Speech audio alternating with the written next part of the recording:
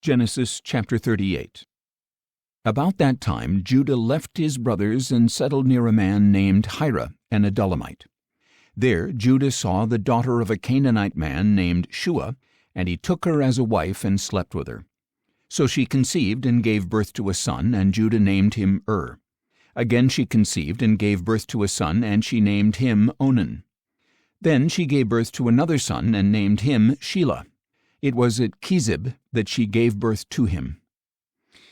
Now Judah acquired a wife for his firstborn, and her name was Tamar. But Judah's firstborn, was wicked in the sight of the Lord, so the Lord put him to death. Then Judah said to Onan, "Sleep with your brother's wife, perform your duty as her brother-in-law, and raise up offspring for your brother." But Onan knew that the offspring would not belong to him. So, whenever he would sleep with his brother's wife, he would spill his seed on the ground so that he would not produce offspring for his brother. What he did was wicked in the sight of the Lord, so he put Onan to death as well. Then Judah said to his daughter-in-law Tamar, "Live as a widow in your father's house until my son Shelah grows up." For he thought, "He may die too, like his brothers." So Tamar went to live in her father's house. After a long time, Judah's wife, the daughter of Shua, died.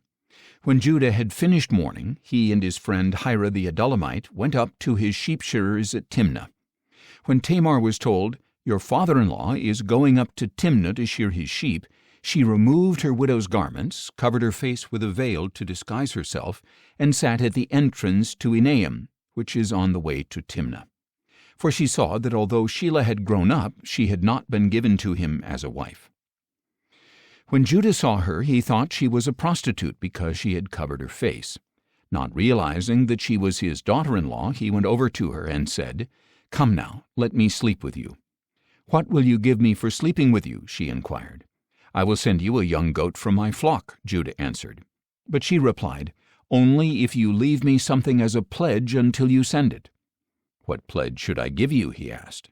She answered, "Your seal and your cord and the staff in your hand." So he gave them to her and slept with her, and she became pregnant by him. Then Tamar got up and departed, and she removed her veil and put on her widow's garments again. Now when Judah sent his friend Hira the Adullamite with the young goat to collect the items he had left with the woman, he could not find her. He asked the men of that place, "Where is the shrine prostitute who is beside the road at Enaim?" "No shrine prostitute has been here," they answered. So Hira returned to Judah and said, "I could not find her, and furthermore the men of that place said, 'No shrine prostitute has been here.'"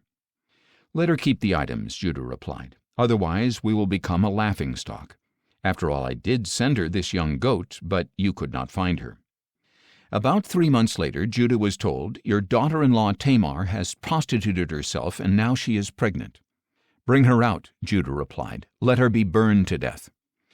As she was being brought out, Tamar sent a message to her father-in-law, "I am pregnant by the man to whom these items belong." And she added, "Please examine them. Whose seal and cord and staff are these?" Judah recognized the items and said, "She is more righteous than I, since I did not give her to my son Shelah." And he did not have relations with her again. When the time came for Tamar to give birth, there were twins in her womb. And as she was giving birth, one of them put out his hand, so the midwife took a scarlet thread and tied it around his wrist. "This one came out first," she announced. But when he pulled his hand back and his brother came out, she said, "You have broken out first." So he was named Perez. Then his brother came out with a scarlet thread around his wrist, and he was named Zerah.